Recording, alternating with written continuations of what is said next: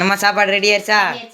Ready ஆயிடுச்சு. வாங்கத்தே நம்ம வீட்டில் என்ன சமையல் எது சமையல்னு பார்ப்போம். நம்ம வீட்டில் என்ன சமையல் தான் இன்றைக்கி வந்து வெள்ளைச்சோறு தான். எப்பவும் போல் வெள்ளைச்சோறு ஆக்கி குழம்பு என்ன குழம்புன்னு அந்த காட்டுறேன் இருங்க.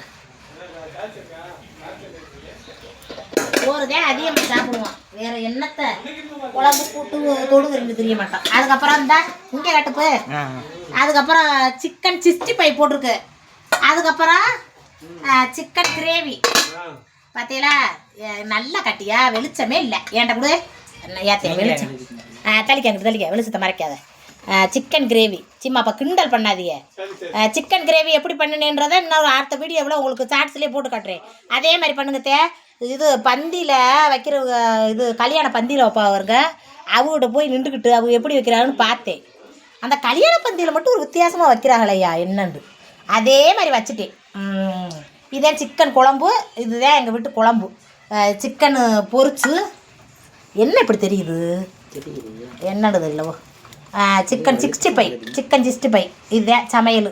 நல்லா இருந்தால் பிடிச்சிருந்தா லைக் பண்ணுங்க. எங்கள் சமையல் இந்த பிடிப்பு அம்மா கட்டு பிடிச்சிருந்தா லைக் பண்ணுங்க. என்னக்கா அதே நைட்டியோட இருக்குன்னுலாம் கேட்டுறாதீங்க. நான் வெள்ளிக்கிழமை போட்டுவிட்டு அப்புறம் சனிக்கிழமை தோச்சு போட்டுவிட்டு அப்புறம் மறுநாள் போட மாட்டோமா அப்படி தத்தே போட்டிருக்கேன். நீங்கள் வாட்டுக்கு எதிரிடாதீங்க. என்னக்கா எதுக்காண்டு உங்களுக்கு பதில் சொல்ல முடியலத்தே.